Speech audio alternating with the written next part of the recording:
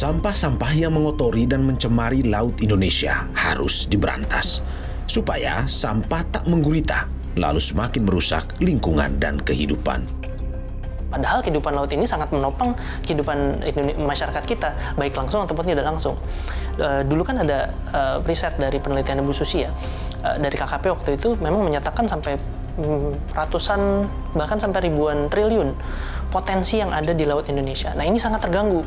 Sudah terganggu karena pencemar yang lain, terganggu karena sekarang ada isu climate change, ditambah dari isu sampah. Mau sehancur apa lagi kita melihat laut Indonesia ini? Pegiat lingkungan Environmental Green Society, ENVI Green, menemukan 65 titik timbunan sampah di sepanjang Sungai Brantas. Sejak tahun 2020, ENVI Green menggencarkan kegiatan bersih-bersih sampah yang menumpuk di Sungai Brantas, khususnya sampah plastik. Kita fokus di sampah anorganik ya, sampah khususnya plastik.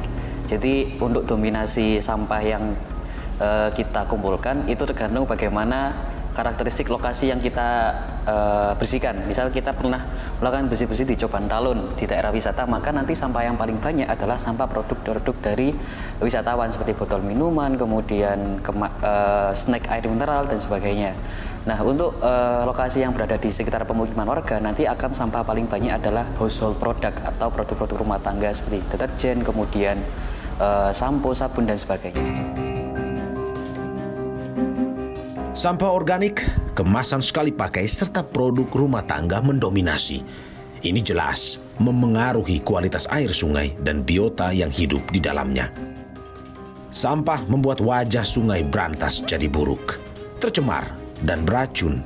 Padahal sungai ini juga dimanfaatkan sebagai pemancingan warga, mandi, dan mencuci. Sekali membersihkan sungai, 100 hingga 200 kg sampah didapat. Karenanya, ENVI Green butuh hingga 20 orang yang bahu-membahu untuk memunguti sampah-sampah itu. Aliran Sungai Brantas akan bermuara di Laut Jawa dan Laut Hindia. Bayangkan jika aliran air sungai bercampur sampah ikut terbawa ke sana. Berapa banyak lagi beban sampah yang akan diterima laut kita?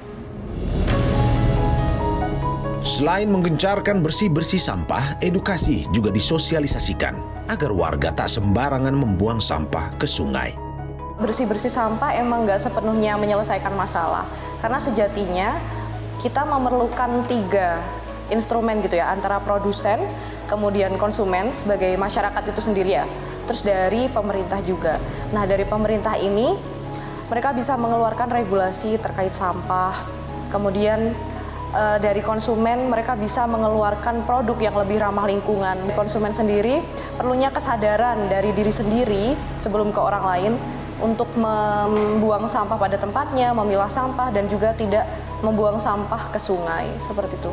Memang kesannya simple, tapi ketiga instrumen ini tidak boleh miss gitu. Jadi harus saling berkaitan, harus saling terintegrasi. Dan di Indonesia sendiri, kalau menurut kami, itu masih sangat kurang seperti itu.